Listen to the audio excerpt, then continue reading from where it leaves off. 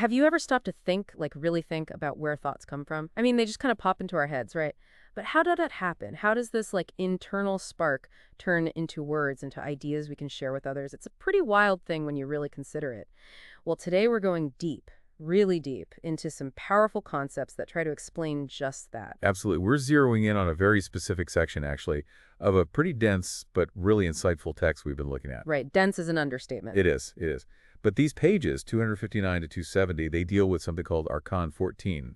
And they really get into the mechanics of thought, like how ideas form, how they become thoughts, and the huge role language, this logos concept, plays in that whole process. So this is like getting a peek behind the curtain of our own minds, right? It's sort of a crash course in like the philosophy of thinking as interpreted through this specific lens. Exactly. We're going to try to pull out the core principles here, give you a framework for understanding some pretty profound stuff about like how we know things and how we communicate those things to others. Because honestly, who has time to wade through all the philosophical jargon, right? We're giving you the good stuff, the Spark Notes version. That's the goal.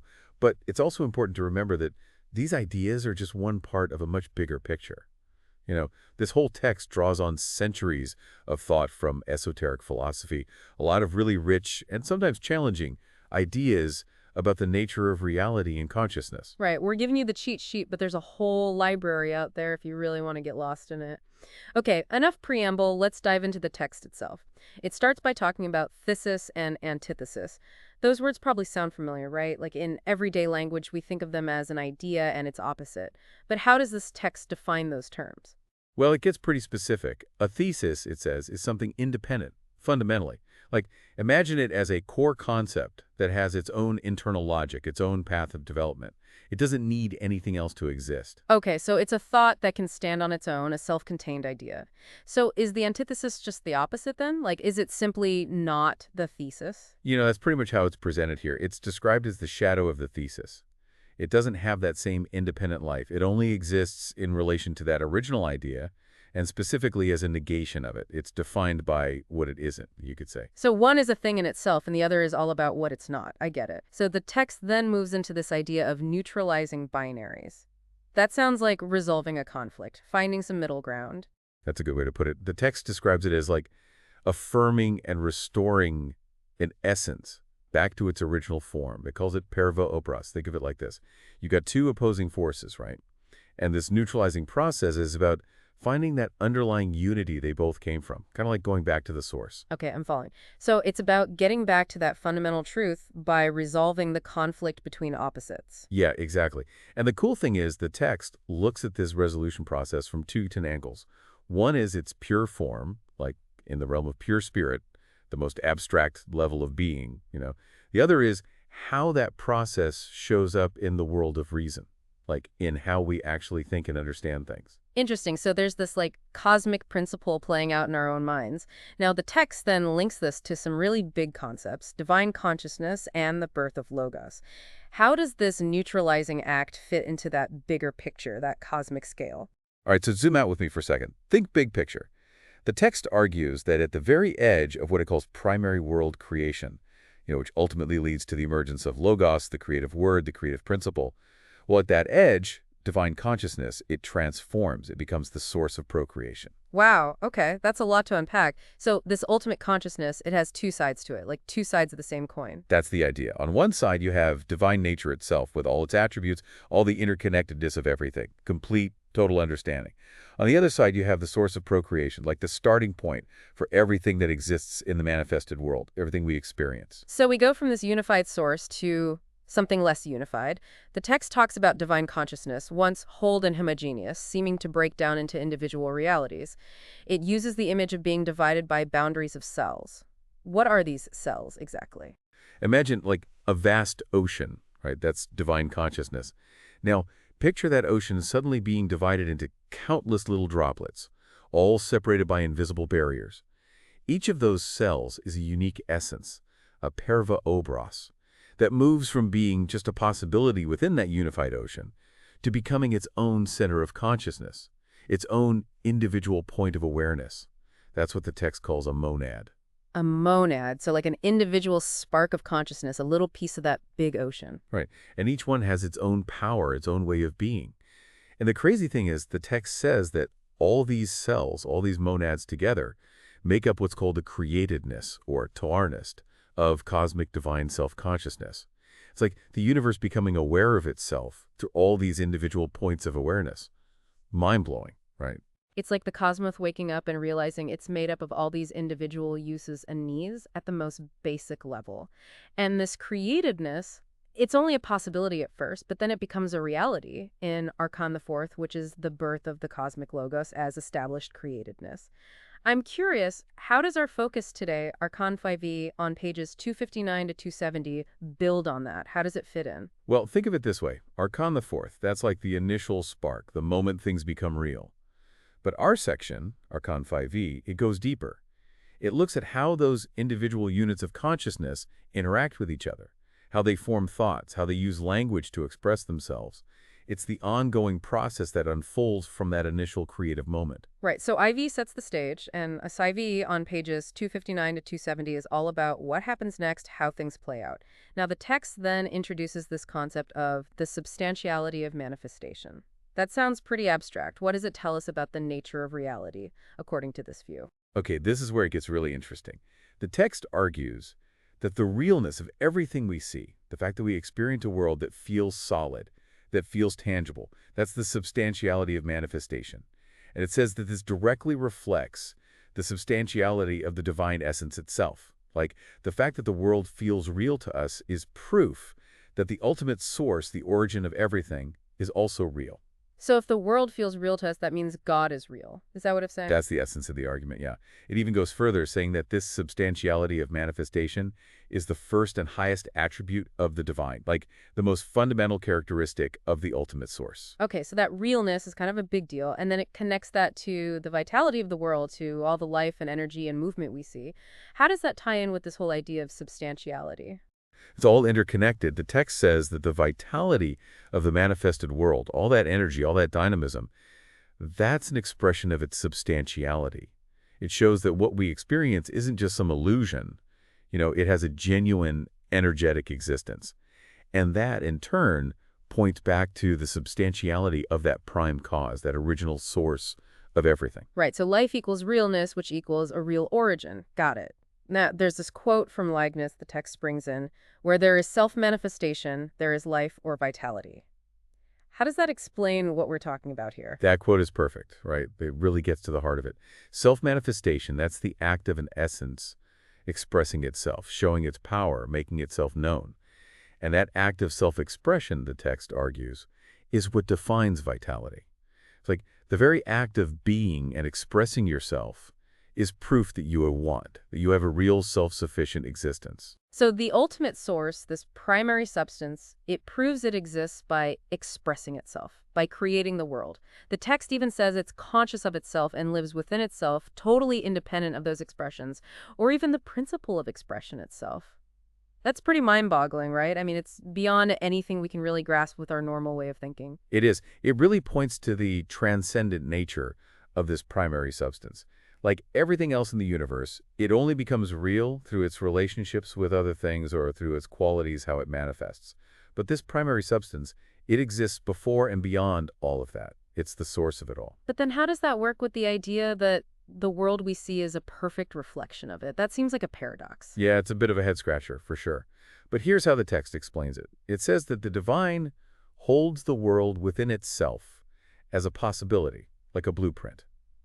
And it has the power to bring that potential into reality or to withdraw it back into potentiality, all through its own will, by changing how it contemplates itself. So like an artist imagining different artworks and then choosing which one to create. Exactly. And the text links this appearing and disappearing of the world to the Hindu concept of the days and nights of Brahma, those vast cosmic cycles of creation and destruction.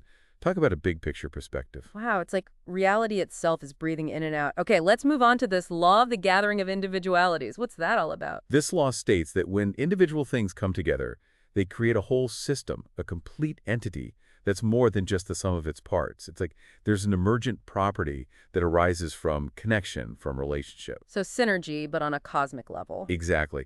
And within this system, the individual parts, they're all interconnected and they influence each other. There's this constant back and forth.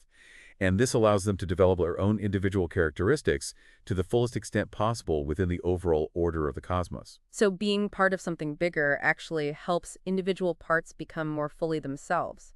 That's a cool idea. It is, isn't it?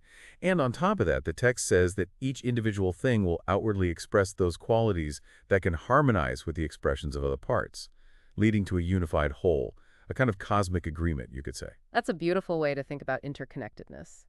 Now, let's get into this idea of active and passive principles in Kabbalism, which, according to the text, are reflections of the same principles at play within the divine. How do those manifest in us in our everyday lives? Okay, so the active principle, as it shows up in us humans, it's that drive to express the fullness of the divine potential. We see it in our creativity, in our work, in our desire to engage with the world and shape it. It's the force that pushes us to act, to create, to make things happen. And the passive principle is like the brakes, the force that holds us back. You could say that. The passive principle set boundaries. It protects the individual's unique existence, its original nature. The text even compares it to Kepler's idea of a natural inertia, that tendency of things to resist change and stay as they are. So there's this push and pull inside us, this tension between wanting to express ourselves and wanting to preserve our own individuality.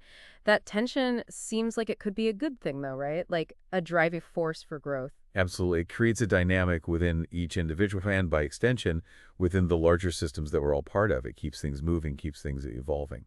Makes sense. Now, the text then shifts gears and talks about the limitations of ordinary perception, and it brings up the idea of positivism. What's the connection there? How does positivism relate to how we think and use language? So the text makes this point that in our everyday lives, we rely primarily on what we can perceive directly through our senses, right? What we see, hear, touch, taste, smell. Those sensory inputs, they become the foundation for our logic, for how we think about the world. Right. We build our understanding of the world based on what we can experience directly. Exactly. And positivism, as it's described here, it's all about sticking to those basic sensory experiences as the ultimate source of knowledge. Like if you can't see it, touch it, measure it, then it's not really reliable knowledge. The value of that approach, the text says, is that it helps to reduce doubt. If we can consistently experience something through our senses, it feels more real, more trustworthy. But the text seems to suggest that positivism, while useful, might not be enough to fully grasp reality, right? Like there might be more to it than what we can perceive with our senses. You got it.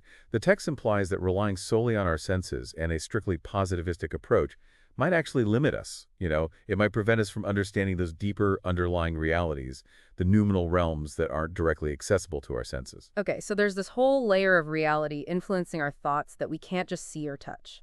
And this leads into the great schism in binaries. What's the schism, this fundamental split? All right, so the text says that creation itself, the origin of new ideas and expressions, it stems from a fundamental division, the great schism of the individual spirit. It's the birth of duality, or binariness in the original language, within the monad, that individual unit of consciousness we talked about before. So this idea of opposites, it's not something imposed on us from outside, but it actually arises from within our own consciousness. That's a pretty radical thought. Yeah, it really flips the script, right? This internal split, this tension between opposing forces within us. The text argues that that's the driving force behind all creation, behind all thought. It's the engine of everything. Wow, okay. And from that split, we get the dance of consciousness? That sounds pretty poetic. What's being described here? What's dancing? The text paints this picture of consciousness as being in constant motion, like it's always moving through different sections of reality, different aspects of experience. And as it moves, it generates new phenomena, new experiences, and it perceives reflections of those underlying non-sensory realities, the noumena. So it's like a spotlight, constantly shifting its focus, illuminating different parts of a stage. That's a great analogy. And to add to the imagery, the text talks about the red and black aspects of the human soul. What do you think of that? Red and black, that sounds pretty symbolic. It is. The red aspect represents the active principle, the intuition and reasoning that comes from above, associated with fire and earth. And then you have the black aspect, which represents the passive principle, the reason and understanding that comes from our grounded sensory experiences linked to water and air.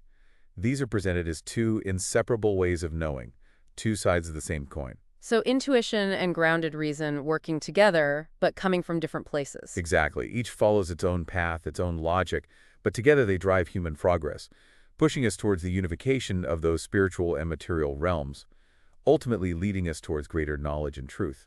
That's a really dynamic view of how our minds work. And speaking of the movement of consciousness, the text includes a quote from Sephirot that really struck me. The true reckoning of time in human life occurs not in minutes, hours, and days, but in the impression if received. What do you think he meant by that? How does that relate to this whole idea of consciousness being in constant motion? I love that quote. It really highlights that our experience of reality, our sense of self, it's shaped more by those significant moments, those impactful impressions that our consciousness encounters as it moves through the world, than by the simple passage of time on a clock.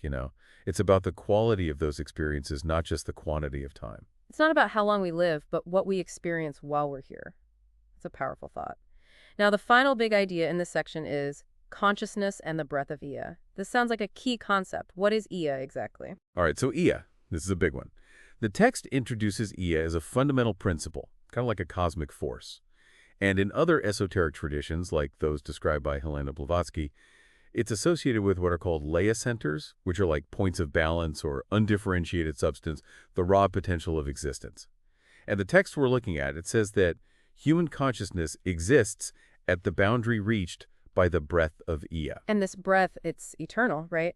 So consciousness itself is always in motion, always changing, always evolving. That's the idea. And the text says that the man of earth, someone who's totally identified with their physical existence, they're limited by that physical consciousness, by the current reach of Ea in their experience. Okay, I'm trying to wrap my head around this. Now, the text then mentions a square pentacle of Arkan's the Seven, and how Ea manifests on different planes of existence. Can you break that down for me? What's a pentacle got to do with consciousness? So imagine Ea as this fundamental energy that projects itself onto different levels of reality, different planes of existence like Adi, Lupadaka, Atma, and others. And those projections are shaped by consciousness, specifically by the attributes it embodies, like freedom and limitation. Each plane has its own unique character, defined by how those attributes play out. So it's like different levels of reality, each with its own rules and its own ways of experiencing things. And how does our understanding of time change as we move between those levels? That's a great question. In the physical world, time feels very linear and fixed. 1 minute after another, 1 hour after another, 1 day after another. But in the astral world, which is a more subtle level of reality, time is more fluid, more like a construct, based on the sequence of our thoughts and feelings. And get this, the text even says that in the astral realm, the movement of time can be reversed. Whoa, like time flowing backwards. That's tricky. And what about the life of Atman, that higher self, as experienced by our physical consciousness? How does that fit into all of this? From the viewpoint of our physical consciousness, the life of Atman is described as a plane of consciousness that oscillates vertically.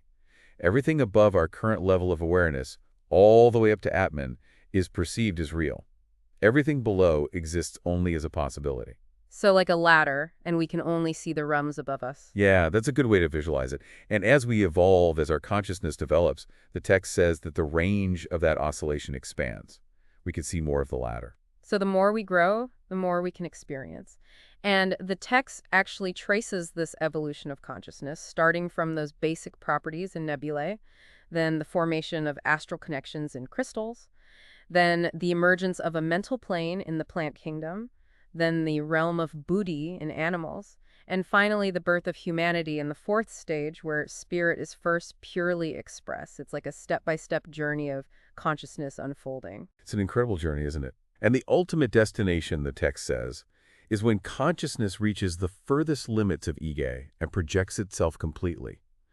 This leads to a final incarnation as a great initiate, someone who embodies pure spirit of eternal light, essentially becoming divine. So becoming one with the source, essentially. And the text says that at that point, through a voluntary death, this individual gains the power to move their consciousness beyond the physical ego, dissolving it and leaving the physical world permanently. They transcend this reality. It's like graduating from this level of existence, moving on to something even greater. And for the rest of us, the text describes a continuous cycle of earthly lives and experiences in other realms, all driven by the pulsation of physical ego, that periodic pull of consciousness into the physical world. That's what we experience as birth. And the movement outward again, that's death and rebirth in other realities. It's a cosmic dance. A cosmic dance driven by the breath of Ea. That's a really profound image. Okay, so we've covered a lot of ground here. We've explored some pretty heady concepts from Arkan 14th, specifically pages 259 to 270. As we wrap things up, what are the key takeaways you'd want our listeners to remember? Right, let's try to distill it down to the essentials. Firstly, I think the interplay between thesis and antithesis is really important. That idea of resolving opposing forces to reach a deeper truth, that pair of bras, it's a recurring theme throughout the text, and it's something we can apply to our own lives. Trying to find that balance, that synthesis. Right, finding that middle ground. Exactly. And then understanding the nature of divine consciousness, how it starts as this unified whole and then diversifies into individual monads, becoming the source of everything that exists. That's a big one. It's the origin story of the universe, essentially. Yeah, and it also ties into those active and passive principles we talked about, those forces that play out within us and drive our actions. And then, of course, there's the whole journey of consciousness through those different levels of reality, that dance driven by the breath via. These concepts, they give us a framework for thinking about where our thoughts come from, how we use language, and our place in this vast, interconnected cosmos. It's a lot to think about, for sure. It is. It's a lot to digest, but hopefully, as you've listened, something's clicked. Some of these ideas have resonated with you, maybe even sparked some ha moments, helping you connect these concepts to your own experiences with learning, thinking, and communicating. I hope so. And to leave you with something to ponder, given this idea of the constant breath of Ea and the ever-moving nature of consciousness, how does that change how you view your own thoughts, those fleeting thoughts that pop in and out of your head, and those lasting impressions that shape who you are? It's a question worth exploring as you continue your own deep dives into the mysteries of existence. That's a great point to end on. Thanks for joining us on this deep dive into Arkan 14th. Until next time, keep thinking, keep questioning, and keep exploring.